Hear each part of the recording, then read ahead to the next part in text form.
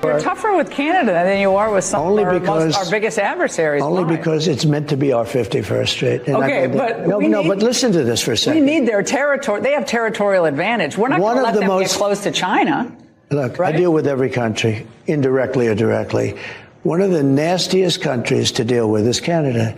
The people that, now this was Trudeau, the people that good old Justin, I call him Governor Trudeau, his people were nasty, and they weren't telling the truth. They never told the truth. You know that, they'd say, well, we don't charge. Well, they do. They charge tremendous. And if you look at dairy products, what they've done to our farmers, I'd go up to Iowa, I'd go up to different places, Nebraska, and they would always complain about Canada, how they get ripped off. Do you know that Canada has a 250% tariff? 250, nobody knows that. They charge us numbers that are crazy. We have a very big deficit with Canada, and there's no reason, much more, we have much more. Just so you understand, we subsidize Canada, and I like Canada. I love Canada. I love Wayne Gretzky. The Liberal guys, I love his wife. The Liberal Party is going to win now in the next election, most likely. And they were down and out. Isn't that going to make them more hostile to us and possibly I'd rather deal with a liberal than a for China, closer to Canada, and that would really put us in a bind. Hello, everybody, and welcome to the Great America Show. It's great to have you with us today. Thank you so much for joining us. What is going on over at Fox News? What is Laura Ingram's problem? Why is she so damn angry? What's happening over there? Is she maybe taking orders from puppet masters now at the top? Could it be the Murdoch's kids are finally calling the shots and have had enough of Donald Trump? Well, from working there, have known they've had enough of Donald Trump since 2016. I never liked him. Rupert himself, I don't think, has ever liked Donald Trump, just based on looking at court documents and depositions that I've sat in on myself. Why anyone watches Fox News anymore is beside me. I'm not entirely sure. Now, there are still some good people over there who do television shows, but for the most part, the sentiment there is down, which is why their ratings are down. They're not down as much as CNN and MSNBC, but they're not what they used to be since, obviously, getting rid of Tucker Carlson and the great late my best friend, Lou Dobbs, their ratings are in a tube. Ingram, I'm not entirely sure what's happened to her, coming off as extremely angry, like a Marxist stem on a mainstream network, going after Donald Trump over what? She doesn't know what she's talking about.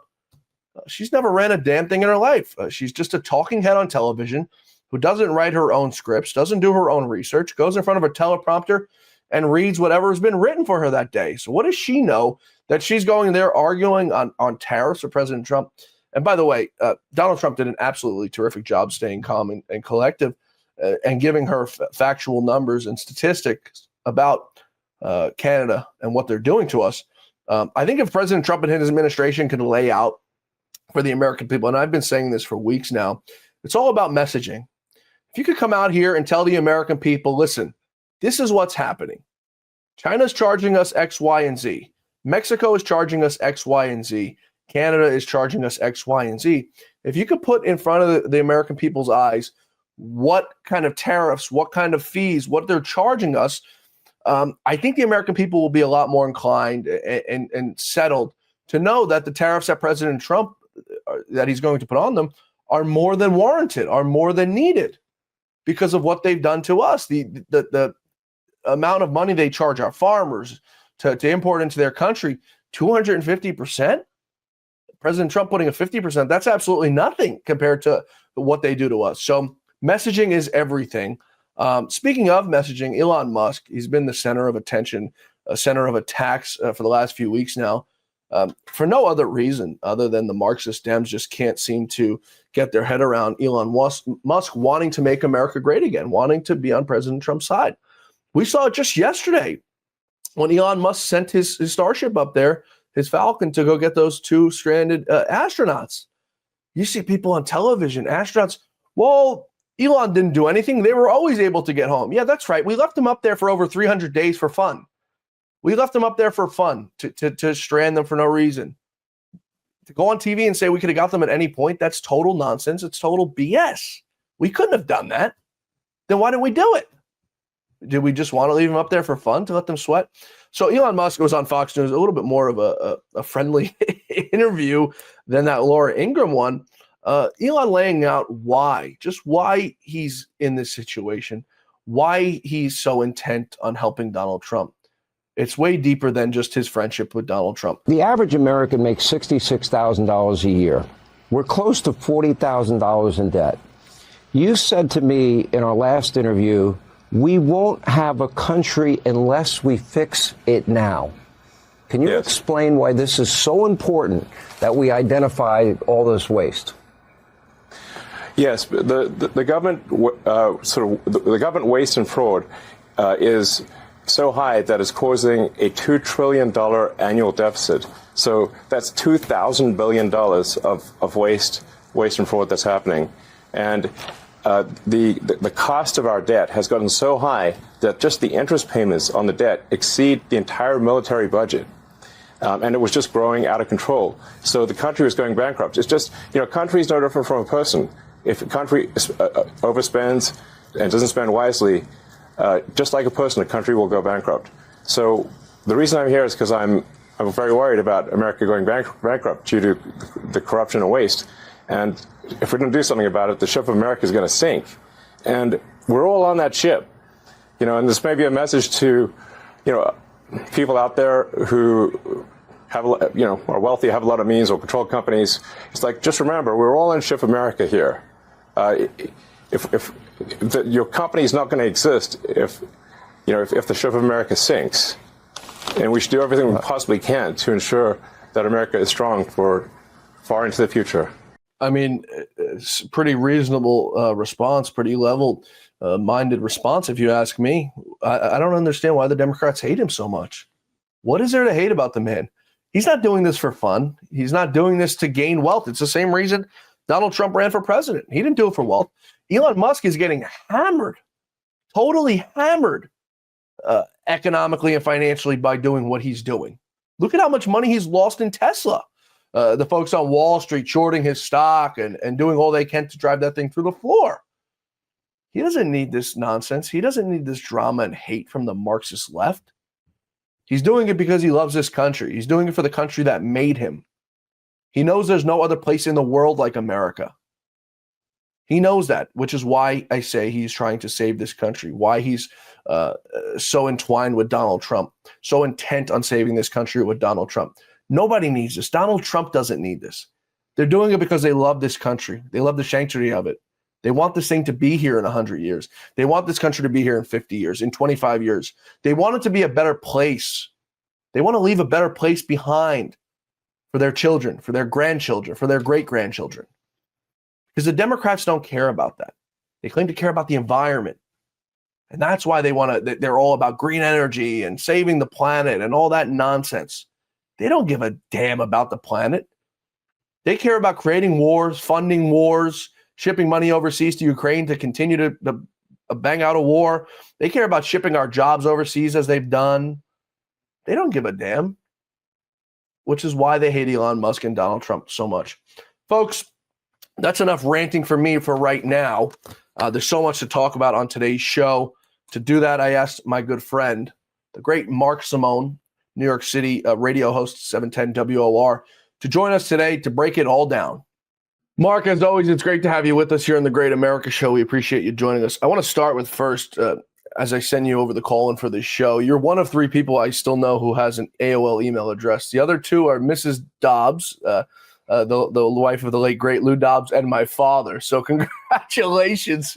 You're in a very small group of people I know. In my defense, I have a Gmail account. I have an iCloud account. I have an account on every service there is. And by the way, but if you're booking celebrities on shows, you'd be surprised how many have AOL accounts. They just find it the safest, most secure one. The last time I was on AOL, Mark, this is probably a millennial thing, was on my AIM chat where you talk to your buddies. It was our form of text messaging when our parents wouldn't buy us cell phones. But yeah. I just that's so funny that it's such a small group of people. I want to turn to the news of, I guess, perhaps the year, the week, the month, the day, and it's the Marxist Dems are in complete disarray.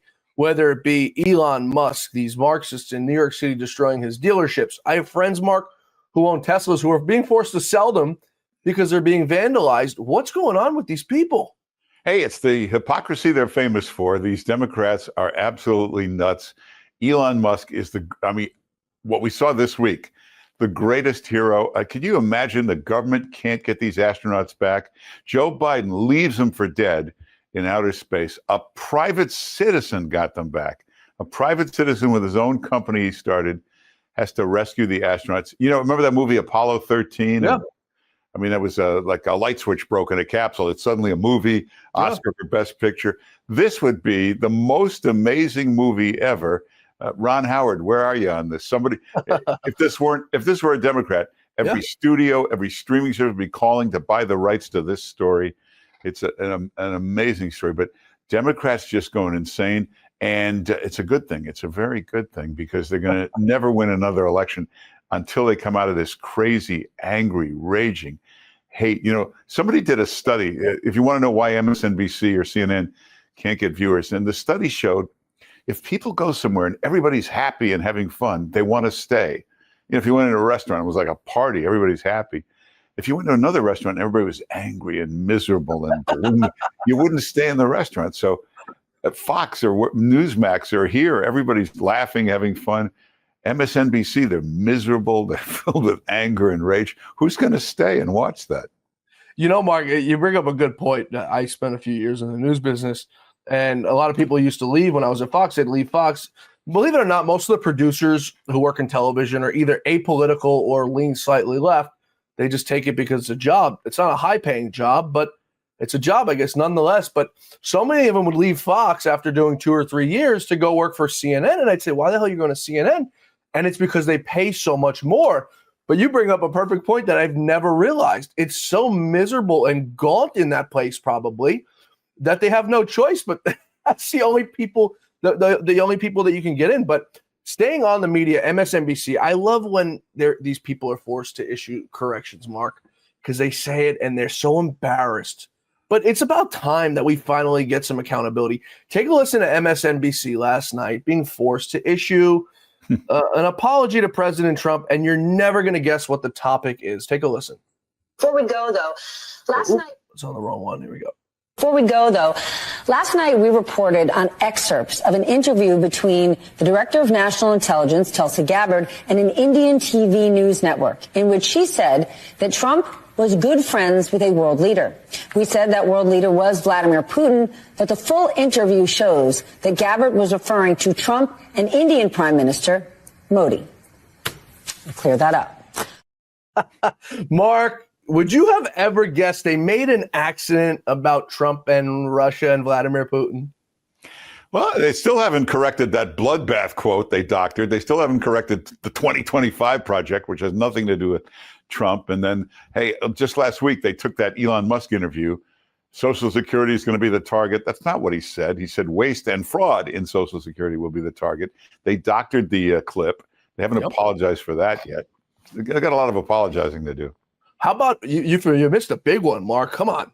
How about Charlottesville? The good people on both sides, where people were resigning in President Trump's administration because they were listening to the mainstream media and their take on it, not what President Trump actually said. Which, by the way, I heard Chuck Schumer repeat that Charlottesville thing when he was on The View the other day. I think, somewhere I got a list of these lies. Hey, by the way, talking to Putin, that's another lie. I have a video of Bill Clinton bragging as he's president. I always call Putin. We have a great relationship. We're talking all the time. Obama was sending messages and talking to Putin all the time. You're supposed to do that. If you're not speaking to the other world leaders, you probably should resign. Yeah, you're absolutely right. We're going to do a whole segment on Chuck Schumer in the next after the commercial break here because there's so much to talk about. We started this thing, Mark, on this show this week. It's called Numbskull of the Day because we've seemingly, me and my producers are able to find so many Marxist Dems who just say and do stupid things on a daily basis that it's an opportunity that we can't give up. The Russia thing is so interesting to me because to think that now we find out that Russia maybe wants to work with Elon Musk on a deal to go to Mars by 2029. To think if we can pull Russia, which I think is probably very easy, and obviously relations with them have been very rough since 1990 because we've lied to them all along the way since 1990 with NATO. We signed a deal that NATO was never going to move to the east of Germany, okay, between Gorbachev and NATO and James Baker at the time. What did they continue to do, Mark? Time and time again, since 1990, NATO has continued to press the borders of Russia, further east, Belarus, to Croatia, and all up and down the whole damn place, with Ukraine being the largest piece of land where there's not a NATO country. So Zelensky comes in and says, well, I want to be part of NATO. Well, what the hell did you expect Putin to do when he's being told that there's going to be weapons in his backyard that can be used against him? So that's just to preface the point about the people who think I'm being paid by Russia. I wish I was, but I'm not, because I heard they got a lot of money. But think about how nice it would be, Mark, if we can make a deal to be sort of cordial and friendly with Russia again. It would take the relationship between Russia and China and break it apart. China would think twice about every single thing they've done and they do from here on forward, with Taiwan, with the Philippines, with the South China Sea. What's your thinking on that? Yeah, listen, Putin, I'm sure he's evil. I'm sure there's all kinds of awful things, but he's a world leader. He's the powerful guy. You can deal with him. You can talk to him. Whenever you hear him in an interview, watch him speak. Seems quite cordial and articulate, gentlemanly. I watched that Zelensky in the Oval Office. He looked like that bad contractor in your house who's haggling you, arguing with you, upping the bill, changing the terms. He would just look like an unpleasant guy to deal with. But you got to deal with Putin. You got to deal with Xi. When Trump became president the first time around, he had that long Mar-a-Lago dinner with Xi, and it resulted in 4 years of peace. Same thing with Putin. And Trump will get this settled in the next few weeks. That's a great thing about Democrats and liberals and the MSNBC crowd. They get everything wrong. 3 weeks later, it turns out Trump was right. They were wrong, and they never mention it again. Yeah. To me, it's like, why wouldn't you want to be friends? And you find me, Mark, you find me a world leader who's a good person. With the exception of Donald Trump, there's not one who is a good person. And it's just the truth of the matter. Politics does things. Mark, you've been around politicians your whole life. I, unfortunately, have been around them for longer than I would have ever liked to. And I've known people, Mark, who were politicians, who were regular people before politicians. And I was telling someone this the other day. When you talk to a politician, Mark, it doesn't matter who you are, you always feel like, and tell me if you disagree, like you're talking to them, but there's nobody there. It's going in one ear and it's going out the other. They don't care what you have to say. They're just listening to listen. It's like they're soulless, heartless people, and they really don't care what you say because they have an agenda. Whoever's paying for that agenda, whoever's paying them or has their ear, whatever lobbyist is taking them to Ruth Chris or Del Frisco's that night, has their ear. Is that a misinterpretation of me? But because I've got that with every politician I talk to. I'm thinking, I've known some really good people who were politicians. George Pataki, governor of New York, was a great guy. Charlie Rangel, I don't agree with him on anything, but he was a nice man, a fun guy to be around. David Dinkins, the Democratic mayor of New York, was the nicest human being you could ever meet. He wasn't effective in office. He didn't get much done, but that's probably part of the problem. He was too nice a guy. Carolyn Maloney, the Democratic congresswoman, nice. She's a nice woman. But you're right, 99% of them are Jerry Nadler. They're disgusting, awful, conniving, scheming, or there's the Chuck Schumer type. All they're there for is donor service, favors for donors. You call their office, I got a problem. They're not even interested. You call the office, I'd like to write a check. They'll write there with you whatever you need. No, you're absolutely right. And there are some on both sides, but the general consensus I get from is these people are, it's one in ear and out the other with these people. They don't care what you have to say because, they're bought. The majority of them are bought and owned. And this is not me being hyperbolic about it. You can go on opensecrets.com and you can see where they're getting their money. You can see where every politician from the industries, where they're getting their lobbying money. There's very few of them who don't take it.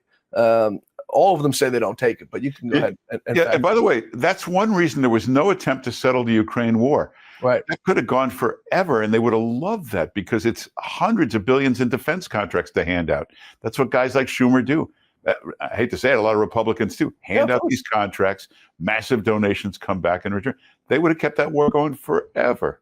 Yeah, I'm no stock expert, but I talk to my dad every day who's on Wall Street, and if you want to go out and buy some stocks, go buy Halliburton, go buy Lockheed Martin, go buy any of these defense contractors, because that's where, honestly, you're never going to have to worry about losing money, because there's always going to be the Lindsey Grahams of the world and these people who just stoke wars because they don't care. They're not sending their kids overseas, Mark. They're not sending their grandchildren overseas.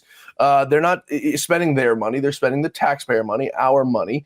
And you know what? They're getting it back on the back end because, lobbying or as we found out from USAID, a lot of these people are making money ill-gained. I want to take a quick break here. When we come back, I want to talk about our numbskull of the day. No surprise to the audience. They're probably going to know who this fella is or this female. We're coming right back with Mark Simone, folks. Stay with us.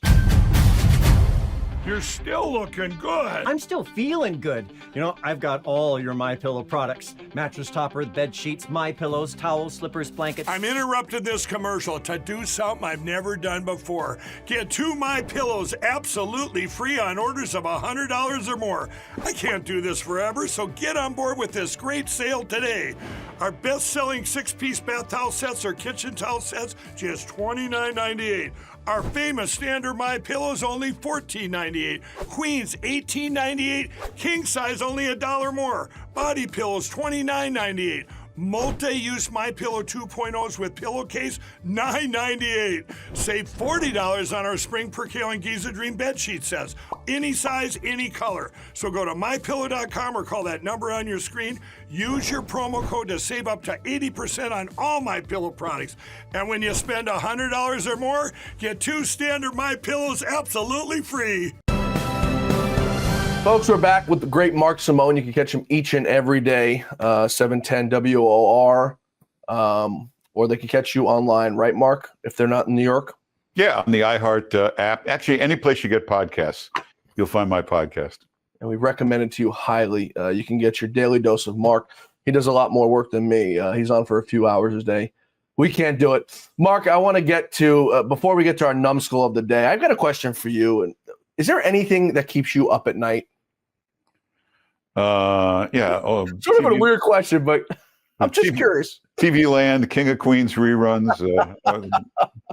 That's most of it. Well, your answer is far different than the one I was expecting. Far different of the one of, we'll say Chuck Schumer. Take a listen to what keeps him up at night. So a lot of people responded to the anguish. I appreciate it. I wake up 3 a.m. sometimes, so worried about the future of the country under these oligarchs or klepto, whatever, or, oligarchs, yeah. I guess. Yes. And, but. Far different than what keeps you and I up at night. You're absolutely right. It's usually loud TV or my dog that's keeping me up. Mark, how sick in the head are these people? I have a lot of Chuck Schumer experience. His whole life is taking care of oligarchs. Oligarch service is what this guy does for a living. I've watched him operate for years. Every major donor, Democrat and Republican, loves him. They make sure he never has an opponent when he runs. And if you ask even the Republican donors, why do you keep putting this guy back in office? They'll tell you, because I can wake him up at 3 a.m. He'll do anything I want. That's his job. You make massive donations. He gives out contracts. It takes care of anything you need. Oligarch service is his business. He's the most phony guy. This guy, Chuck Schumer, just wrote a book on anti-Semitism. The chutzpah of this guy. We're having the worst anti-Semitism crisis ever in New York at Columbia University, at Barnard. Schumer has never mentioned it, never gone there, never called up the president or the trustees screaming at them, never fought for those Jewish students being terrorized. He never even mentioned it, doesn't even get involved, and then writes a book about anti-Semitism. Yeah, and he's coming out hitting Trump. Columbia didn't do enough for anti-Semitism, but Trump is trying to hurt our universities. Well, I mean, Chuck, you can't have your cake and eat it too. Which one is it? Is Trump a bad guy for going after the colleges and universities for anti-Semitism, or is he a bad guy for doing too much against them by deporting this fella from Columbia who was inciting a riot, inciting some sort of insurrection? I mean, it wasn't any joke. They held someone captive inside of Columbia. They had the place on lockdown, and they want to talk about January 6th, Mark? Yeah, as soon as that went on lockdown, and this tells you everything about Chuck Schumer. He's the leading official, Democratic official in New York, Jewish official in New York. The second that lockdown happened, he should have been there. He should have called everybody he had to get those students safe. And yeah, he does nothing for anybody. That whole summer of George Floyd riots in right here in New York, Schumer vanished. Nobody could find him for those few months. He's there when you don't need him. He's never there when you need him. He's just absolutely the most worthless bureaucrat ever. And he's being forced to, you hear this? He's being forced to cancel his book tour. Well, because Republicans aren't going to come to these venues to see him. And after what he did, the Democrats won't come. I had like 20 appearances, Baltimore, Washington, New York, Philadelphia. And the organizers saw they had nobody coming, so they had to cancel it. He claimed it was for security reasons. But yeah. I hate to break it to him. Nobody really cares about Chuck Schumer or to do anything to harm him. He's sort of a non-entity. And the Republicans aren't violent people, Mark, overwhelmingly for the most part. You always hear the Democrats, they're gun-toting, they're this, they're that, they're insurrect. But, I mean, overwhelmingly, it's statistically showing the Republicans aren't violent people. They don't do – when we dealt with Joe Biden for 4 years, Mark, we didn't take to the streets. We didn't vandalize people's things. We didn't destroy anything. But these people, it's just months now since Donald Trump has taken over, almost 3 months to the day, and the rioting is already starting. The only problem is I think this time around it's going to be a far different result for these people. What do you think? Well, there's Democrats watching say, yeah, what about January 6th? If you talk to some of the security there, they were quite amazed that thousands and thousands and thousands of people ran through the Capitol, and like in the rotunda, they didn't do any damage. They never even knocked over the stanchion or the velvet ropes. You got $1 billion worth of art there. Nothing was damaged. I know they went into Pelosi's office and they knocked the printer off the desk, but that was the extent of the damage. A broken window or two and a $200 printer had to be replaced. Can you imagine if thousands of Democratic rioters were in there, what would have happened? One of the guys at Nancy Pelosi's office puts his feet on the desk and writes her a not-so-love note. Yeah. And this guy's a terrorist. My favorite guy is the guy with the lectern. The guy who took the lectern, and the picture of him is running through the thing with the lectern. I actually follow him on Twitter now. He's the lectern guy, and he actually sells mini lecterns. But these are the people that they said were bad people. I want to get back to Chuck Schumer because he's our numbskull of the day. He was on The View, you'd mentioned the other day. Mark, these people are saying the quiet part out loud now. They're so brazen about it. There's such thing as a good politician, and it's a man who knows what to say and not to say.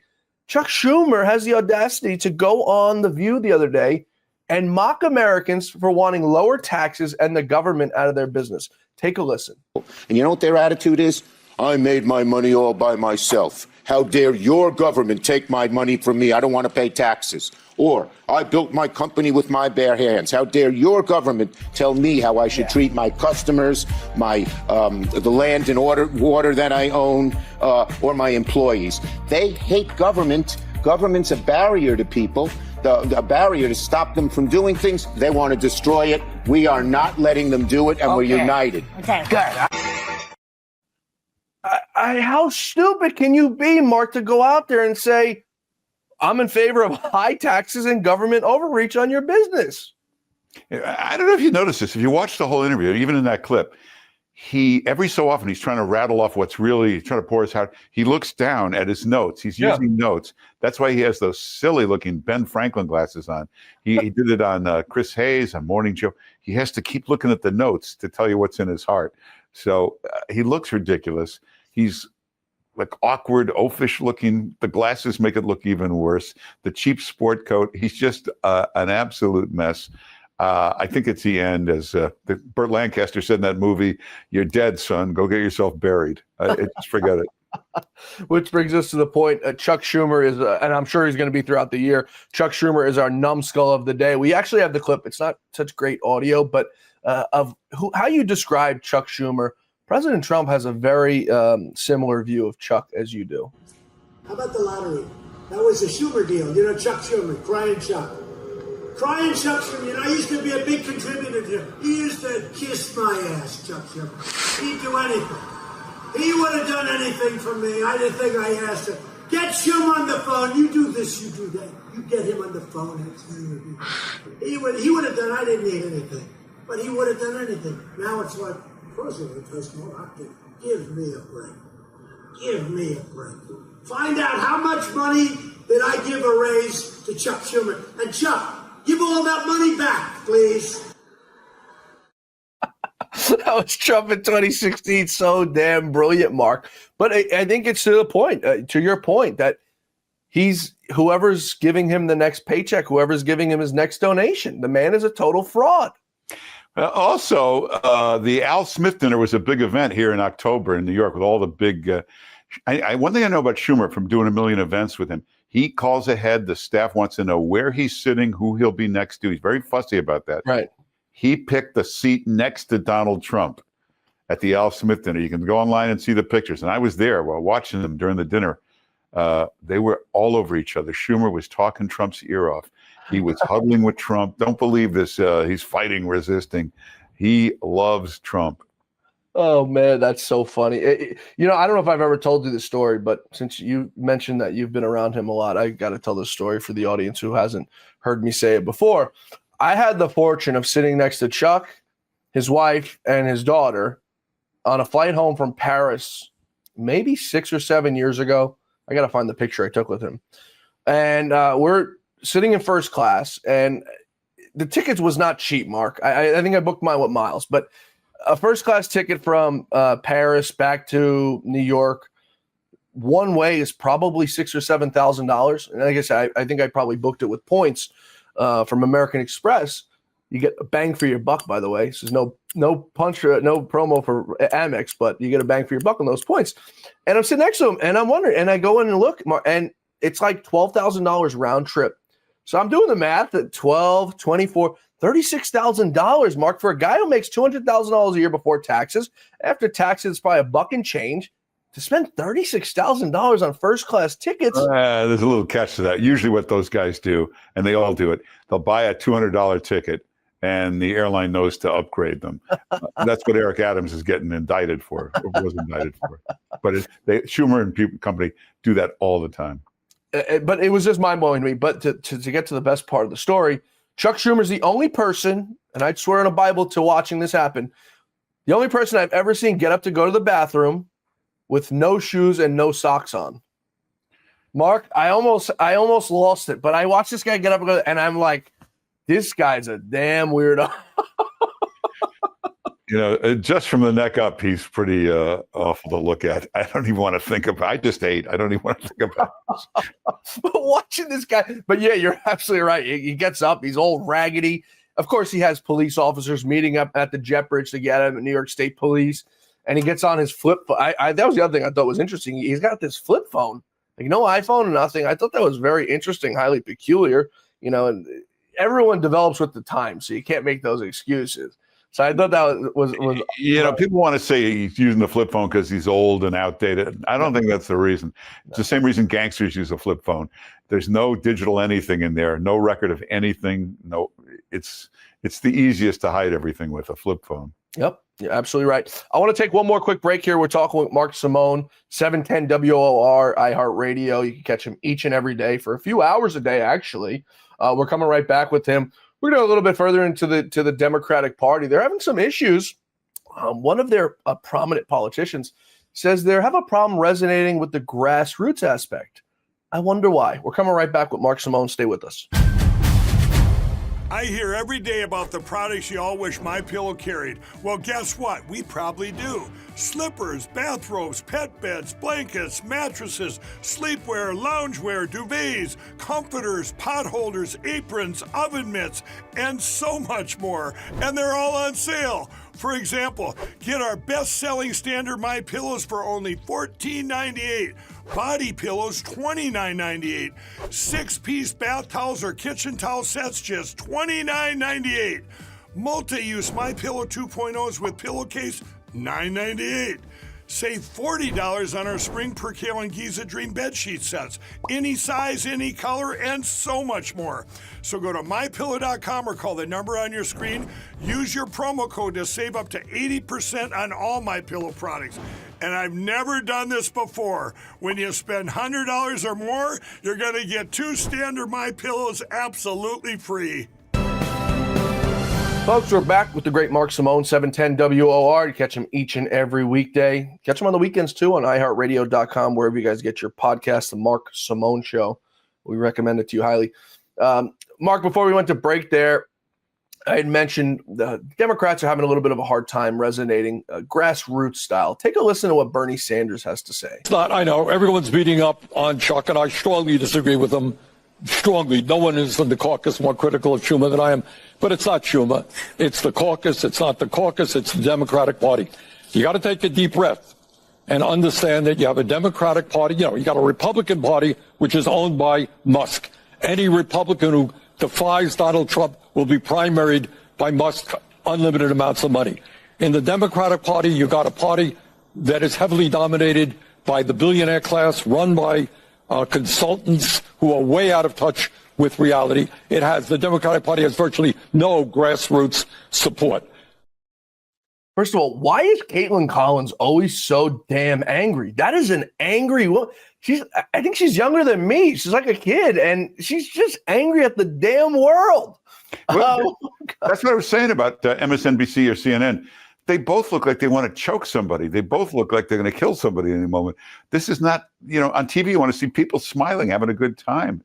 Mark, she's making millions of dollars a year as a person who's under 30 years old. Like, what can there possibly be anger or anguish about? Like, what? I mean, is it your love life? Are you an angry single cat? Like, what is there to be so angry about? You have the world at your hands. You have your own TV show as a young kid. That's unheard of. You're making millions of dollars under 30 years old, unheard of. Like, what is there to be angry about? Yeah, you watch a conservative Fox, Newsmax, this show, whatever. They're joking around. They're making jokes about Joe Biden. Can you imagine anybody on MSNBC making a joke about anything? Even about Trump, they can't joke. It's just rage and anger. And Bernie Sanders doesn't relate to anybody. He thinks he relates to the working man. But when the working man watches Bernie Sanders, all he does is the top 1% of the top 6% make 8% of the 3%. He's not speaking anybody's language. Right. And Bernie, my favorite thing was, I don't know if you remember, but RFK's confirmation hearings, him and RFK are talking to each other, and RFK's he's calling him Bernie. And it was just hysterical to see, but he calls him out for getting money. And Bernie's going, no, I didn't take that money. But it's like so easy to find out, Mark. Like I said, opensecrets.com, where you can see where everyone's getting their money, where the politicians are getting their money. Bernie is just a total fraud. And, I used to think that he practiced what he preached and he believed in. I always thought he was just a lunatic socialist psychopath. But then when they steal it from him in 2016 with the superdelegates and Hillary Clinton, you would think that Bernie would go scorched earth, just like Tulsi Gabbard did on the Democratic Party, because it's a fixed process. The thing's a lie. They have their candidate pre-selected. Why even run a primary? Just let everyone know. But then Bernie comes out to support Hillary. How the hell does a man who says he has a conscience come out and support a woman who just robbed him, not even blindfolded? I never really trust a guy who has 3 houses and is buying a 4th house, and the guy drives a Mercedes. This doesn't look like a real socialist to me. He's playing the game. He wants to be part of the swamp, the deep state. There's a lot of money in it for him. He's not going to rock any boat for anybody. Yeah, like you said, total fraud. On the topic of total frauds, before we get on to, we're going to wrap up the show today with JFK and Jeffrey Epstein. So you guys are going to want to hang around for that. I want to get to Cuomo running for mayor of New York City. Now, this man's a disgrace, and he's not a disgrace for, by the way, I always say it was the dumbest thing in the world for what he resigned for. He took a picture with a woman, put his hand on her back, or whatever they said it was, he resigns for it. There had to be more to it that we don't know about for him to have resigned for that. It was like the Al Franken thing. Resigns for that, but that's not what makes him a disgrace. What makes him a disgrace is how many people he killed in nursing homes, Mark, that he's managed to skate and get away with it. How many loved ones was he responsible for killing in nursing homes with COVID that he's never had to answer for? Now he comes back brazen as hell to be the mayor of New York City, the same place where he killed presumptively thousands of people?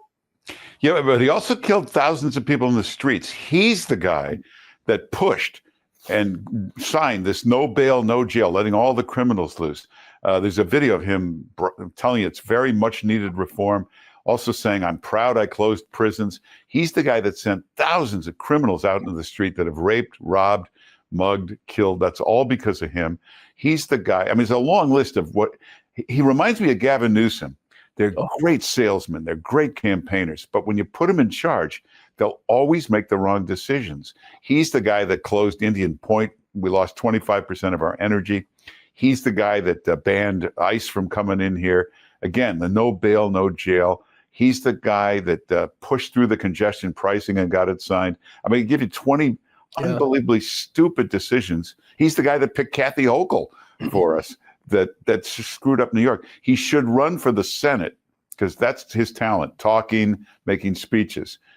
As a manager, he stinks. He'll always make the wrong decisions. The nursing home, sending people with the virus into the nursing homes, has got to be about the stupidest decision ever in the history of management. It wasn't even, now that you say that too, it wasn't even just the nursing home. We're both New Yorkers. You remember him calling Donald Trump, because it was all part of their sick plan to get Donald Trump, to make it look like Donald Trump's responsible for killing New Yorkers or whatever. But you remember him calling Donald Trump saying, we're out of beds. We have no more beds. We have no respirators. What did Donald Trump do? Less than a week, he had the damn ships out there that were supposed to be, I think it was for people who weren't sick. They were supposed to be. Then he starts putting people who were sick on there. They were never at capacity. He needs ventilators. Donald Trump goes and has GM making damn ventilators. We find out ventilators were killing people. The guy completely mismanaged every single aspect of it, but he was never held accountable. That doesn't sit right with me, Mark. As a New Yorker, as someone with two elderly grandparents at the time, it doesn't sit right with me that he's never been held responsible for that when thousands of people have died. What's your thoughts? Well, yeah, earlier this week, they had one of those things where he goes before the editorial board. In this case, it was the New York Post. And the top editors grilled him on all of this. And they knew he's not going to take responsibility, but they were amazed at how he fell apart under questioning. They said his shoulders sagged. He looked defeated. He looked just like he was just like a boxer, couldn't keep his arms up, couldn't keep his hands up. But I don't know if he's going to make it. I know he was ahead in the early polls, but 3 of those he paid for. I really don't know if he'll make it. Unbelievable. Polling is not cheap either. Well, these were. A good poll can run you, believe it or not, Mark, from a top pollster, a good poll can run you $8,000 to $10,000 internal polls. So. These were more the cheap college polls for about $800. Whenever you see college poll, just hit delete. Just don't even look. A college needs a football team, a stadium to get all kinds of attention. If you're too cheap for that, you have a poll. That's how you get attention. I only get my polling from Mark Mitchell at Rasmussen, greatest pollster out there, in my opinion, along with John McLaughlin, who's a very good friend of mine. But they do a good job, honestly, and that's that. I want to turn to some of these U.S. district judges, Mark, these fools who are unelected, appointed. You want to talk about bureaucrats? Who are coming after Donald Trump. I think 129, Mark, lawsuits against Donald Trump. There was only 65 in his first term. Coming after Elon Musk, coming after USAID, coming after transgenders in the military, coming after you have the judge who said he wanted the Tren de Aguas back in America. Turn that damn plane around. Trump said, sorry, too late. It's already over international waters. See you later. What's your thoughts as how Donald Trump proceeds? It seems like he does not give a damn what they're saying. No, these are crazy judges. There was talk of impeachment. Everybody said you can't impeach a guy because you don't like his decision. That wasn't what the argument was. The argument was this judge went crazy and stepped into areas where he has no authority. He's a district judge, one of 800. If something happened to somebody in his district, he can rule on that. But he can't set American policy, foreign policy. It happened in Vietnam. There was some crazy judge in New York, just like this guy, who issued a ruling we're not allowed to bomb Hanoi. Right. Luckily, nobody listened to him or paid attention to him. But this judge, no judge can decide where we're allowed to send troops or where an aircraft carrier can go or what the national policy on the illegals is. It's not any business of the judges. Right. And speaking of, judges ordered the Mahmoud Khalil case to be moved from Louisiana to New Jersey now. That's the man who's being deported from Colombia. What do you think is going to happen there? I mean, during 2020, Mark, I was talking to a lawyer about this the other day. During 2020, you constantly heard the election wasn't stolen. because Donald Trump's cases were dismissed. Well, that's not entirely true. Why were the cases dismissed? That should be as someone with a triple-digit IQ that we all asked, right? Why were they dismissed? What evidence was there to dismiss them? And then you go and look, Mark, and it's 9 out of 10, if not 10 out of 10 cases were dismissed on standing, which means you don't have the right to bring that case in that certain district. Yet, you look at where these Democrats bring their cases, and it's in Rhode Island, it's in Massachusetts, it's in these deep blue territories. And you know, we don't hear, oh, you don't have standing here. It's sure, come on in, bring the damn case, do what you got to do. Your thoughts? Yeah, there was never a single court case on the election where anybody looked at any evidence. Never an evidentiary hearing. Yeah.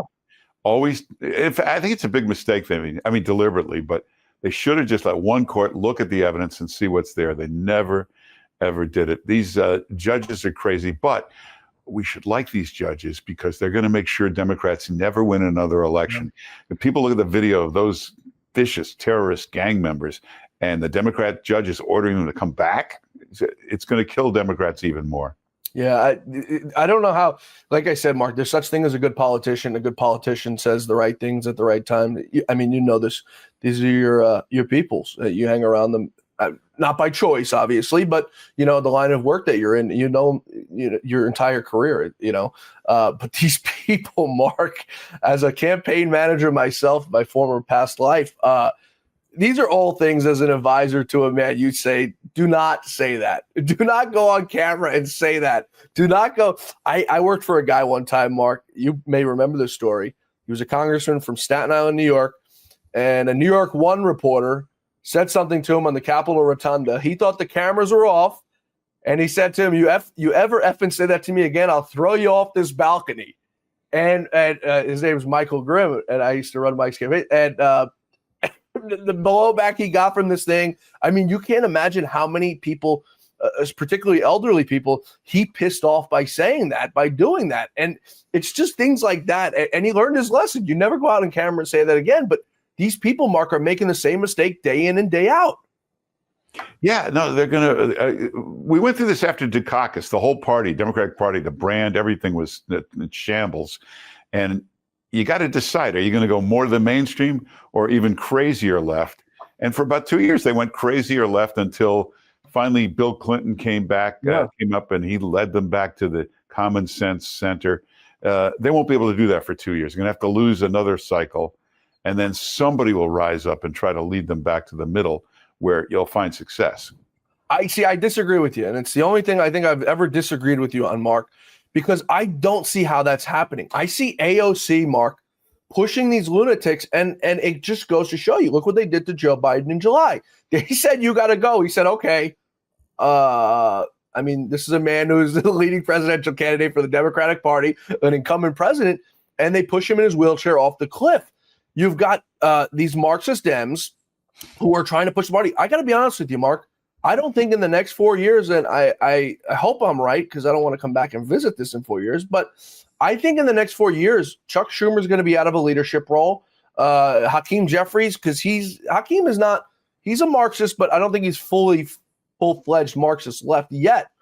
I think you're going to see someone like AOC run for Senate in New York, and this party is going to go further left. And that's, I think, going to be a catalyst as to you say about never winning elections again. I don't see. I mean, tell me if I'm wrong or if you disagree. What do you see that's pushing them further to the right towards the middle? Because all I see is them. Oh, no, I agree. But that's what happened after 88. They did that, and then they lost the midterms. So you lose the presidential, then 2 years later, you use the midterms. That's where the big donors, the money, whoever rises up, finds themselves a Bill Clinton, and then that guy leads them. It takes 4 years. They'll lose the real money of the party. Will just get rid of these people and they'll find a Bill Clinton. I think that's what Gavin Newsom is trying to become, or a weather vane like Josh Shapiro will switch with the wind and become a common sense moderate, or Fetterman. Keep an eye on him. He's trying to do that. I always thought Shapiro was this big, tall guy. Apparently, Roger Stone tells me he's about 5 feet tall, so he might have a tough decision. But I think we hit that 4 year window, Mark. The last midterms, they flipped to Republicans. It wasn't the red wave that they said. It was like a red breeze. This election, they lost the presidential election. They held the House. They held the Senate. And they're still on this trajectory. I'm not arguing with you that I say eventually that's going to happen. But in the foreseeable future, Mark, there shows no signs of these people turning anything around. They are in full-on self-destruct mode right now. And you would think the Nancy Pelosi's, who were at one point centrists in the times of today, the Chuck Schumers, were centrists.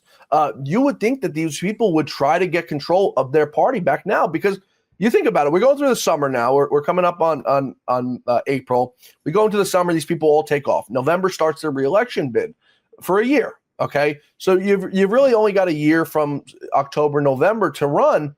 At that point, it's already too late. So there you go. There's your midterms again, and then you've got the Senate seats. Do you think there's time for these people to save themselves? No, I'm saying they'll get wiped out in the 26 midterms. They'll just get wiped out. And then the big donors, the big money, and the David Axelrod types will figure out how to get the party back to the center. Yeah, if they can. Maybe you're right, they can't, but that's where they'll try. Every indication to me shows these people are in full-on self-destruct mode, and all for it. I'm all for it. Let them. I've always said this: burn the damn thing down so that it can be rebuilt and the people can see what's going on. You also got to remember, in 2027, there probably won't be a MSNBC or a CNN. They'll be gone by then. So it might be a different landscape. Your mouth to God's ears. The deception of the American people, we've had enough of it. Enough of the lies and deception. I want to wrap up with the JFK documents, followed by the Epstein documents. I mean, what is going on? We heard for years that the JFK documents, there was so much meat in them that they couldn't be released the last time. We had to wait 4 years. Now there's more declassifications to happen. They come out last night, and it's just a big nothing burger. Your thoughts? Well, everything's digital now. It's on a server. You can't really wipe it out, destroy it. But for 35, 40 years, they were papers in folders, and you can destroy it. I guarantee you those files were scrubbed a million times. Picture of Sandy Berger going in there and removing some documents. I guarantee that happened every couple of weeks for years. So if you look in them, much of anything in there, we'll never know anything more than we know now. Okay, so that brings me to the Epstein files. You're in New York. I guess I consider you a socialite, a man of the people, a man of the celebrity ruling class. Were you ever around Epstein? Did you ever get to meet him? Yeah, a lot of times. He was a good-looking guy, and he looked like a wealthy guy. But when he opened his mouth, he was like Brooklyn and Queens, and he had a New York accent, and he was a tough guy. But very early on, two guys warned me about him. One was Dennis Stein, who was kind of the ringleader of the New York Society. Stay away from this guy. He's a bad guy. And the other was Donald Trump, who always warned me to stay away from this guy. They tried to make it look like he was friends with Epstein. Epstein, when he became a big Palm Beach zillionaire, did what they all do. He joined Mar-a-Lago. Right. And it wasn't long before he got caught hitting on some 14-year-old who worked at the locker room. Turned out to be the daughter of a member. Trump threw him out of the club. This is, I think, early 2000s. And from then on is warning everybody, stay away from this guy. And, when they had the Epstein address book they released, and it showed, look, he has Donald Trump's number, and look carefully. Under secretary, it says Norma. That was his secretary in the 90s. I think she died in 2002. So it was an old diary. Trump had nothing to do with Epstein, except for those first 2 years. Yeah, there's so many people trying to protect Epstein and the sanctity of the documents. And they're like, the Democrats are saying, well, Donald Trump, I don't care. If Donald Trump's on the documents, I still want them out. If Donald Trump was on Epstein Island, I don't care, Republican or Democrat. Get them the damn out. Get them out there. There's no defending pedophiles. I'm sorry, Mark. There's no person in their right mind, Republican or Democrat, would ever defend a pedophile unless you're either one of them or you're sickly demented. But Pam Bondi, I don't know what she's doing, dragging her feet with these documents. And I'm told, Mark, by my sources, not to be mad at Kash Patel, that he has absolutely nothing to do with it, that he's in a little bit over his head right now, and he's very busy trying to get acclimated to it. Thank God he's got Dan Bongino now to help him. But that Pam Bondi has dragged her feet with the releasing of these documents. What is the government trying to protect? Who are they trying to protect by not letting the public know everything? Yeah, again, it's like the JFK files. There'll be nothing in there. There'll be a million names. I know hundreds of names. They went to Epstein's parties. They went to his house. But that's all you're going to know. You won't know what really happened. You look through somebody's diary or their phone book. You look through my contacts. You'll see a million famous names, and a lot of them I don't know. They were just on the show once. You probably have a million celebrity names in your book, but that's because you booked them on a show. It doesn't mean it had anything to do with them. I've got Donald Trump's cell phone number in here, and if I called him, he probably wouldn't answer the phone. I have Chuck Schumer's number here, but I never hang out with them. I'm not friends with him. No, but you know what? There may be nothing in the documents, Mark, but there's got to be thousands of hours. There were spy cameras around the whole entire place. There's got to be thousands of hours of documents on hard drives. And the Justice Department has confirmed, the FBI has confirmed that they're in possession of those. Do you think we'll ever learn about the contents on those? Because that's where the crimes probably happened, no? No. He was arrested. It was like a 4th of July in the summer on the tarmac. There were so many people at his townhouse everywhere. If anything was there, I guarantee you they destroyed it as soon as he got arrested. And you're just never going to know in the end. I know a lot of people, I can't say who, but some people ran home because I know they wanted to wipe out stuff on their server. These were guys that knew Epstein well. But now, the most important thing to find out is who killed him. He was clearly killed in prison. That is what we need to find out. Yeah, that's true. That's pretty mind-blowing too, though. If we got gigabytes and gigabytes of data committing criminal acts, I don't think there's any sort of statute or limitations on molestation or anything like that. I don't know. Like I said, I'm just not in favor of protecting anybody who did anything wrong to minors. If these people were throwing parties with adults and stuff like that, that's a different story to be dealt with a different way. But if they have minors on tape and things like that, we need to figure out. Mark, you get the last word here. The floor is yours. Anything you want to say? We appreciate you, as always, joining us here on the Great America Show. Everything's going great. Donald Trump looks like, I guarantee in a couple of weeks he'll have the Ukraine war ended. He'll clean up the FBI, the tariff thing. You won't even hear about it in a couple of months because it'll all be settled.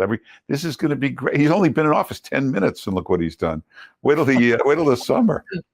I got to say, Mark, I always enjoy talking with you. You kind of ease my nerves. I sit out here every day talking to politicians and war folks and people who are on the ground and border people. And it's always nice to get a break from reality talking with you. We'll talk to you soon. Come back soon. Mark Simone, you catch him each and every day, weekday, 710 WOR if you're in the New York tri-state, iHeartRadio.com, the Mark Simone Show, wherever you guys get your podcasts. Mark, come back soon. All right. Thanks for having me. Thanks, everybody, for being with us today here on the Great America Show. I hope you enjoyed our talk with the great Mark Simone. We're going to try to bring him back here, if not every week, every other week. He helps the mood a little bit. He helps us calm down a little bit from the political reality that we're living in, that we are faced with each and every single day here in this great nation. And for everyone who's joining us abroad, believe it or not, we do have a very big audience overseas, both to the west, to the east, to the north, and to the south. For the folks in Canada, we feel for you. We're sorry that you guys have to deal with those Marxist leaders, those socialist leaders that you have in your country. It ain't easy. So we thank everybody for joining us from inside of America, from around the world. We truly appreciate it. We appreciate you joining us each and every day here, twice a day for the Great America Show, once for these great interviews and once for the midday updates. If you're not already following us, please follow us on our new YouTube page at The Great America Show. At The Great America Show, we stream out there each and every night, 6 p.m. Eastern time, so you can catch us there, or on Rumble, Lou Dobbs Media, The Great America Show, and on podcasts, wherever you guys get your podcasts. You can find us here. Folks, we'll see you back here tomorrow, same time, same place, where our quest for truth, justice, and the American way, it continues, folks. Believe it or not, we ain't giving up. We're not giving up this fight. It's a fight that needs to be had. It's a fight that the great Lou Dobbs did for his entire career, and I'm not letting it go down. We're going to keep this thing rolling, folks, and we're going to keep getting you guys the word and everything you guys need to know. So we'll see you back here tomorrow, hopefully same time, same place. Until then, may God bless you, may God bless America, and may God bless the great Lou Dobbs. Folks, we'll see you tomorrow.